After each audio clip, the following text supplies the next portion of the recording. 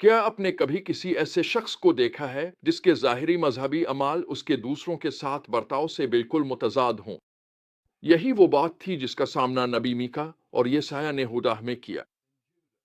مرکزی پیغام بالکل واضح ہے۔ خدا کی سچی عبادت کا تقاضا ہے کہ دوسروں کے ساتھ انصاف اور ہمدردی کا برتاؤ کیا جائے۔ نیک زندگی کے بغیر مذہبی رسومات خدا کے نزدیک بے معنی ہے۔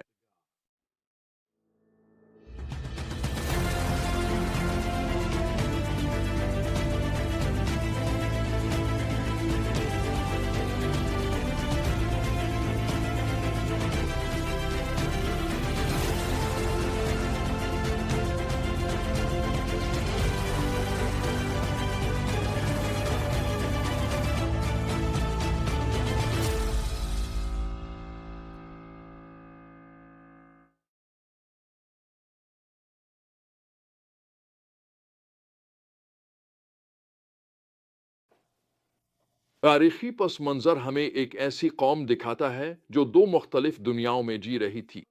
بادشاہ یوتام کے دور میں خدا نے فوجی کامیابی اور معاشی خوشحالی کا تجربہ کیا۔ تواریخ ہمیں بتاتی ہیں کہ یوتام طاقتور ہوا کیونکہ وہ اپنے خدا کے حضور ثابت قدمی سے چلتا رہا۔ لیکن اس کامیابی کی چمک کے پیچھے سنگین مسائل پنپ رہے تھے۔ امیر لوگ غریبوں کا استحصال کرتے تھے، رہنما رشوت لیتے تھے اور مذہبی عبادات محض کھوکھلے رسم و رواج بن چکی تھیں۔ میکا کے ذریعے خدا ان لوگوں کا سامنا کرتا ہے جو اقتباس کے مطابق اپنے بستروں پر برائی کی منصوبہ بندی کرتے ہیں اور صرف اس لیے اسے انجام دیتے ہیں کیونکہ ان کے پاس طاقت ہے۔ یہ بااثر لوگ رات کو دوسروں کی جائیدادیں اور وراثت ہتھیانے کی سازشیں کرتے، پھر اپنے عہدے کا استعمال کر کے اسے قانونی طور پر انجام دیتے۔ خدا کا جواب بالکل واضح ہے۔ میں اس قوم کے خلاف ایک آفت کی منصوبہ بندی کر رہا ہوں جس سے تم خود کو نہیں بچا سکو گے۔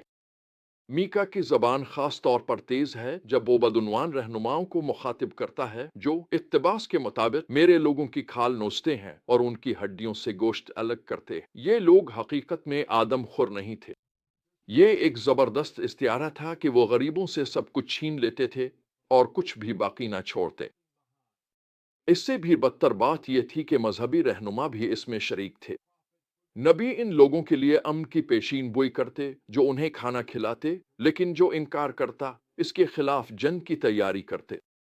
انہوں نے نبوت کو ایک کاروبار بنا دیا تھا اور جو لوگ جو سننا چاہتے تھے وہی کچھ انہیں قیمت کے عوض بتاتے۔ اشعیاء کا پیغام میکا کے پیغام سے ہم آہنگ ہے، لیکن وہ سچی عبادت کے بارے میں ایک زبردست پہلو کا اضافہ کرتا ہے۔ لوگ تمام مذہبی رسومات کو صحیح طریقے سے انجام دے رہے تھے، روزے رکھ رہے تھے، قربانیاں دے رہے تھے اور مقدس دن منا رہے تھے۔ وہ یہاں تک کہ خدا سے شکایت بھی کرتے تھے کہ ہم نے روزہ رکھا اور تاو نے اسے دیکھا ہی نہیں۔ خدا کا جواب دل کی گہرائیوں تک اثر کرتا ہے۔ ان کے روزے بے معنی تھے کیونکہ وہ مزدوروں کا استحصال جاری رکھے ہوئے تھے اور محتاجوں کو نظر انداز کر رہے تھے۔ پھر آتا ہے کلام مقدس کا ایک سب سے طاقتور حصہ۔ خدا اعلان کرتا ہے کہ وہ دراصل کیا چاہتا ہے۔ کیا یہی وہ روزہ نہیں جو میں نے پسند کیا ہے؟ ناانصافی کی زنجیروں کو کھولنا اور جاوی کی رسیوں کو ڈھیلا کرنا، مظلوموں کو آزاد کرنا اور ہر جاوی کو توڑ دینا۔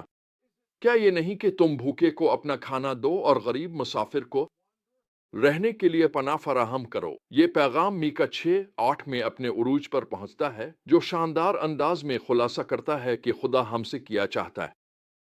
انصاف سے عمل کرنا، رحم سے محبت رکھنا اور اپنے خدا کے ساتھ فروتنی سے چلنا۔ اس توازن پر غور کریں۔ دوسروں کے ساتھ انصاف، ضرورت مندوں کے لیے رحم اور خدا کے حضور فروتنی، یہ تینوں ایک ساتھ چلنے چاہئیں۔ پھر بھی اس کے بیچ سخت تنبیہوں کے درمیان ہمیں حیرت انگیز امید ملتی ہے۔ اشعیاء خدا کا وعدہ بیان کرتا ہے، میں ایک بلند و بالا اور مقدس مقام پر رہتا ہوں، لیکن اس کے ساتھ بھی جو شکستہ دل اور فروتن رو والا ہے۔ وہی خدا جو ابدیت میں سکونت کرتا ہے، فروتنوں کے ساتھ رہنے کو تیار ہے۔ جب لوگ واقعی طور پر خود کو فروتن کرتے ہیں اور سچے انصاف اور ہمدردی کا مظاہرہ کرتے ہیں تو خدا حیرت انگیز نتائج کا وعدہ کرتا ہے۔